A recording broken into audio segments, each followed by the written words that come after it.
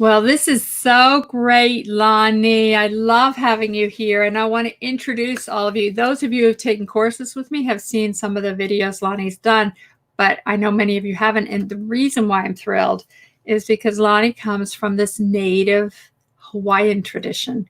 Like, she's part of a lineage of the old ancient Hawaiian practitioners of healing. And so it is just an incredible opportunity to share this with you.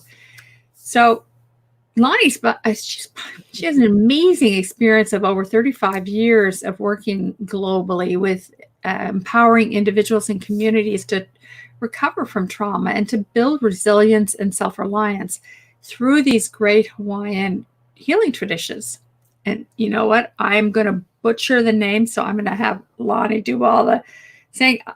I found them incredibly useful, just like any other, new language. They're different. So Lani's going to talk about that, but I want you to know how she works with mentors. She mentors first responders, medical doctors, nurses, psychologists, social workers, to really bring in a whole different approach of healing. So she has been initiated in this tradition by a kahuna master, and is known as a healer and peacekeeper internationally. So, Lani, did I cover everything? Oh my gosh, Deirdre. Mahalo for such an amazing and magnificent introduction to Hawaiian cultural practices for healing. Mahalo. Well, you know them really well, and you're sharing them around the world with people, which is, the thrill for everybody. So what we wanted to talk about, and we're going to try to just do an overview, and then you guys can follow up with Lani herself. But the beauty is using these Hawaiian traditional methods of healing to help heal our trauma. And that's what Lani's an expert at. So, where should we start, Lani? Well, I think a good place to start is that the work that you do on becoming safely embodied and working with people to overcome their triggers, to work with their triggers, to, I'm going to say in my language, is to neutralize them, to understand them, to make sense of them, to unravel them. And so this is also my practice, and I think that's why we also intersect so beautifully. And the primary practice that our family uses is Ho'oponopono. And I wanted to share that some of you may know what Ho'oponopono means. Ho'oponopono is actually a practice to release tension, to release stored trauma and stress, to come home to ourselves. It's a conflict resolution process. But it begins with ourselves. Now, I know that there are, and I think, Lani, please correct me, that there are many different practices within Ho'oponopono. Ho'oponopono. Yeah. Ho'oponopono. And so you want to highlight them for us so we know? Sure. First of all, I want to share with people that the tradition that I share comes from our family, and we come from the Lono family. And in traditional Hawaiian culture, Lono is the Hawaiian god of healing, of peace, of fertility, of agriculture. And I learned Ho'oponopono from my kupuna, or my elder, and his name is Hale Makua. He's now in spirit, but as you know, in Hawaiian tradition and so many other world traditions, our elders, or those who have passed, are still living. And so he continues to teach me. And he learned from his aunt, Auntie Malia Craver. And this is important because people need to understand the Ho'oponopono lineage as well. And she learned from Auntie Kawena Pukui. And so it keeps on going back, right? And Ho'oponopono originally was a family tradition. We call it the Ka'u style. When it's like, what's wrong? What's going on in your family? Let's come together. Let's discuss. Let's make it right. Restitution and forgive. And then in more contemporary times, it's evolved to one-on-one, your relationship with divinity. And so the practice that has come through our family or come through Halemakua to me is really understanding your relationship to divinity, your purpose in the world, your unique Kūleana, which is your responsibility, knowing your story or your Moʻolelo. And through these two primary practices, then begin to develop your relationship with divinity so that you're conscious on a moment-to-moment basis on what you think and how it affects and comes through you, how it affects not only yourself, but those around you. That's powerful. So I don't think I ever put that together before, but this piece of how divinity is coming through our own particular and unique being. Yeah. And illuminating the story of our lives as a way of a unique way of interacting with the rest of the world. Absolutely. Absolutely. And it's that. Oh, I think we're having a little. I think we're having an internet freeze here, and it's. Yeah. So I think our internet is getting a little slow there. Lani, can you hear me? I can.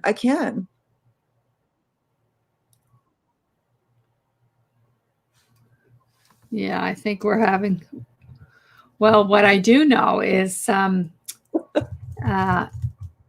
this is giving you a little taste of what's possible, right?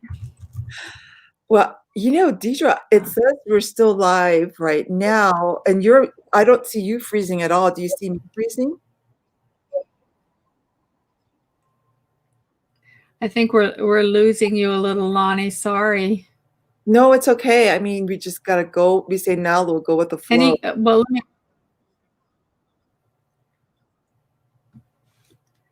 oh, Lani, I'm so sorry. We're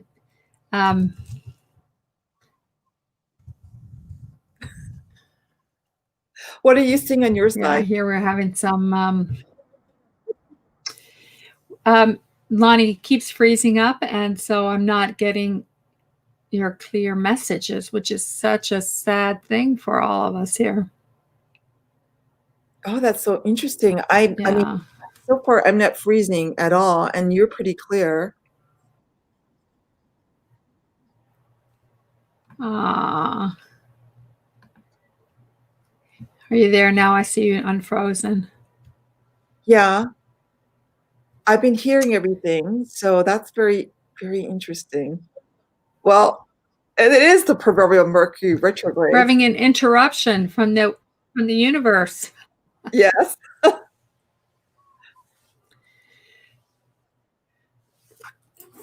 Well, you guys, how is this, Lani? Can you hear me now? Yeah, absolutely. Can you hear me? One of the things I wanted Lani to be talking to us is about the practice of the spine, because she does so much. And she said the spine is our highway of life. And that they actually in the Hawaiian tradition believe in the spine that stores our stories, which is such a powerful, intriguing thought. But are we back on, Lani? I can see you. Do you see me? You're really. I see you. I see you. You're really clear. Well, you guys, I think we're going to have to do this at another time, because we're having some. Sorry, everybody. You're getting love and hearts and thumbs up, but thank you. We want to hear your words. Oh, there you are. There you are. Yeah. Am I frozen? I think you're back on. No, you're back on. Okay. Oh, that's so funny. All right. I saw you perfectly the entire time. So I was just talking to them about what you have shared with me about how the tradition that goes through the spine and holding it in the spine, the stories. So maybe we can start there. Yeah. So earlier we spoke about the importance of understanding and knowing your story. And the Hawaiian word for story is mo'olelo. And mo'o is also Mo'olelo. our, yes, mo'olelo. And mo'o is also our spine. And in Hawaiian culture, the symbol for spine is actually a sacred spiral. So if you think about learning your story and understanding where, excuse me, where triggers might be, excuse me, imagine a spiral and the beginning of the spiral. The middle of the spiral is your home, right? So I'm going to draw that spiral now. Oh, not that great, but It's pretty good. Get it? so this is the beginning of your spiral. And this is so similar to what you shared the other day, Deidre. When you begin to understand your story, right, you're actually finding your way home. Mm-hmm. And every time you come to a trigger, you stop and you breathe and you do cleansing breaths. And we do breaths of 4. And this is our family again. I'm not speaking for all Hawaiian Ho'oponopono traditions, just our family tradition. So 4 is the number for mysteries. It's also signifying the breath of life, Right. or ha. So we do 4 cleansing breaths. So if I begin a story, if I understand, okay, I went to the supermarket and oh my gosh, I got cut off and I just reacted. Okay, stop and breathe. 4 cleansing breaths. And it goes like this.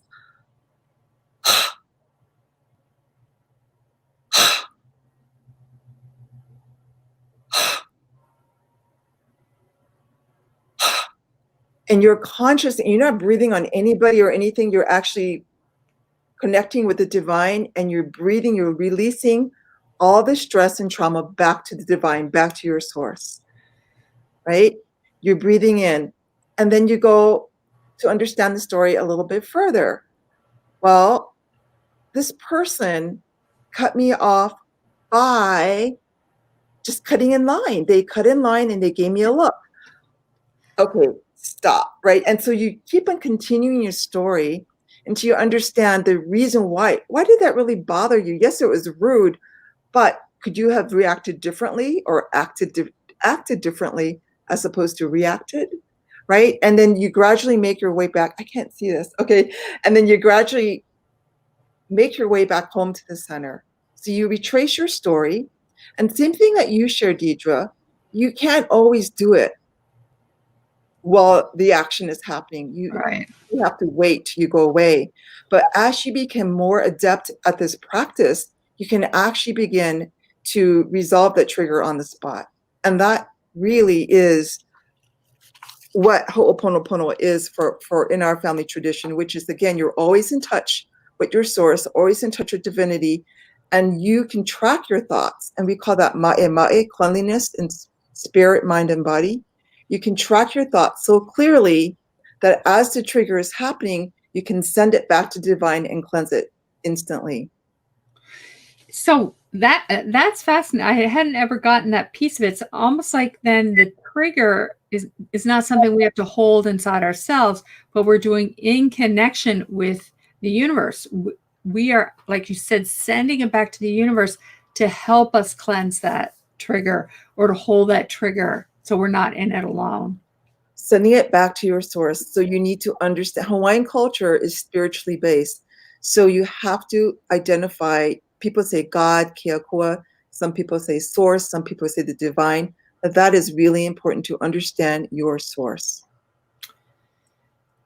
And so that would that source be different for all of us, or is it just that we have different access points to that same source? That's a really good question. I mean, again, some people call source Keakua, which means God for us. Some people say Iokua in Hawaiian culture, the highest source. You know, some people say divinity. So this practice of Ho'oponopono will work within any system or culture you come from, but you have to have a relationship and understand your sources and be able to name that higher source. For yourself, then. Yes. Absolutely. Right. Absolutely. Right. And how would people, if they don't have that or that developed relationship, how would they begin to have that relationship, Lani? So a lot of people begin Ho'oponopono not having a clear understanding of who their source is. And it's through some basic practices. Number one, of understanding your Kūleana, or your unique responsibility in this world, and understanding your Moʻolelo, or understanding your story. So that includes your genealogy.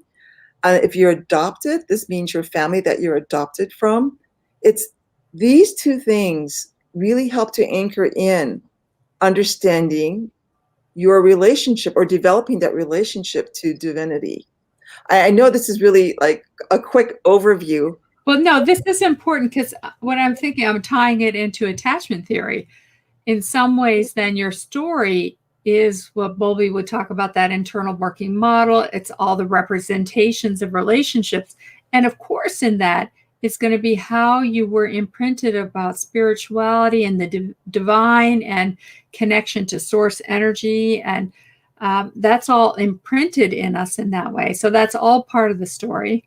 Absolutely. Then there's this piece that you talked about, our responsibility, understanding our responsibility. Say more about that. Yeah, so some people confuse responsibility with purpose. And so I'm going to say Kūleana, Kuleana, means responsibility, your privilege, your authority, your job in Hawaiian culture. And just as we have unique thumbprints, we have unique Kūleana. And Kūleana actually is a transformative process. So when you begin to even have an inkling of what your responsibility might be this lifetime, you actually grow into that as you explore it. Because Ana of Kūleana, right, ANA, is a period of time. Ku means to stand forth. It's life-giving.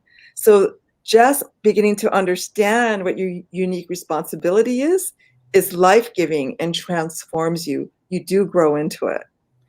That is amazing. Yeah. That feels, I don't know. I'd love to hear from people about their thought about this, because it sounds like you're saying that, and this would be true in the yogic traditions as well, that we come in with a certain, they wouldn't call it responsibility, but with a certain piece to work out in this lifetime.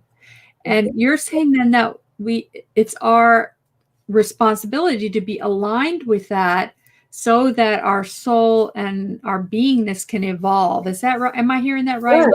Yes, because that Kūleana becomes a transformative journey. It's something, when you say Kūleana, it is, the way I would paraphrase it is, it's your sacred agreement. Oh, I love that. You know, it's your sacred agreement. And this story, it becomes your story. And that's why it's so transformative. And you know, what we say is, the larger your Kūleana is, the more challenges, the more adversity may come into your life. Oh my gosh, I gotta tell that to so many people. Yeah, and it's not, you know, when you make a commitment to walk that Kūleana, it is quite a spiritual agreement. It is. And this is when you come to meet with your creator, with your maker. And that's why when we talk about Ho'oponopono, build your relationship to the divinity, it is in this journey of Kūleana that you begin to understand your true source. That it is actually, it's about looking inward for the answers and connecting to your source, including your ancestors and your guardians, in comparison to looking outward for validation. So what then, whether we're in the process of healing ourselves or if we're working with others around their healing, Yeah. and we're talking about healing trauma, like some of these, where we've been hurt is so wounded, we get so identified with our wounds that it feels like a leap. How do we make that shift from being caught in our trauma to saying, I'm responsible for this agreement that I've made at a soul level to develop? So is there a way, is there a bridge or a connection we can make there? Yeah, there is. And, gosh, that's not a short answer. But one of the things I can share is part of understanding your story, your Moʻolelo, is understanding what we call your ʻAina. And ʻAina means earth, but it also means nature. And there's 3 parts to ʻAina. It's spiritual, mental, and physical.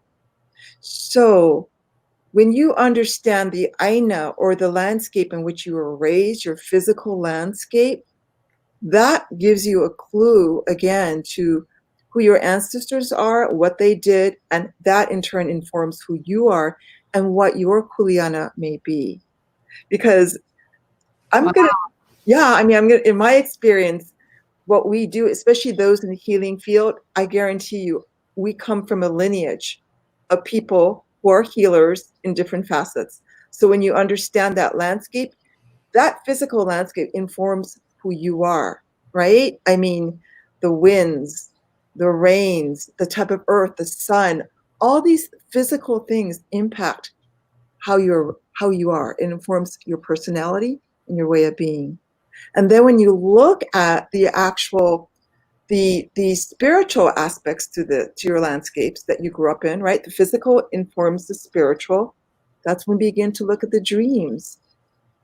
And the dreams you had as a little one, for instance. And those reoccurring dreams, for instance. And in my case, there were waking dreams of having my ancestors actually visit me. I didn't know who they were. So what I'm trying to say there is, when we're little and we're born, the top of our head, the fontanelle, that is our relationship, right? The hookup to the divine. And as the fontanelle closes and gets more solid, that's what we say is the veil becomes a little thicker. But so you need to surround yourself by wise by wise people who can retain that connection to the divine for you. And you know what? That feels so much more important now in this crazy world that we're in. Yeah. Because we need to have that connection. We need to be surrounded by communities of people that respect that, value that, and reinforce that.